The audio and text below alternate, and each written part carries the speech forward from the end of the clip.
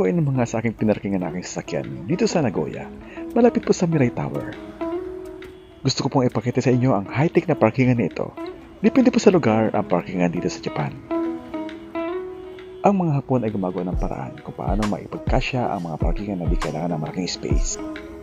Dahil nga sa nagsisikipan malaki nga ang sakop ng parking space nila dito sa lugar na ito na dinarayo ng mga turista, ang mga Hapon ay ginagamitan nila ito ng logika at pagkamaparaan kung paano ito pakasyahin ang di kailangan ng malaking space. Panoorin niyo po guys.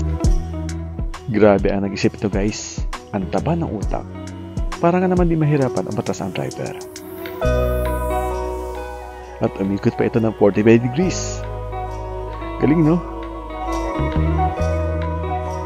Sayang nga po at di ko nakuha ng video ng pagpark ko.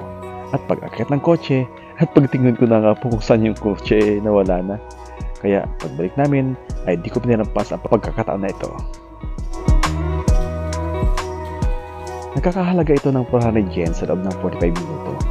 Magandang lokasyon guys at always mabait ang staff at swabe ang parking kaya bala ko ulit itong gamitin in the future.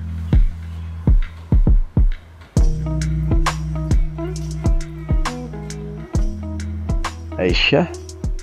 Hanggang dito lang po muna. Bye!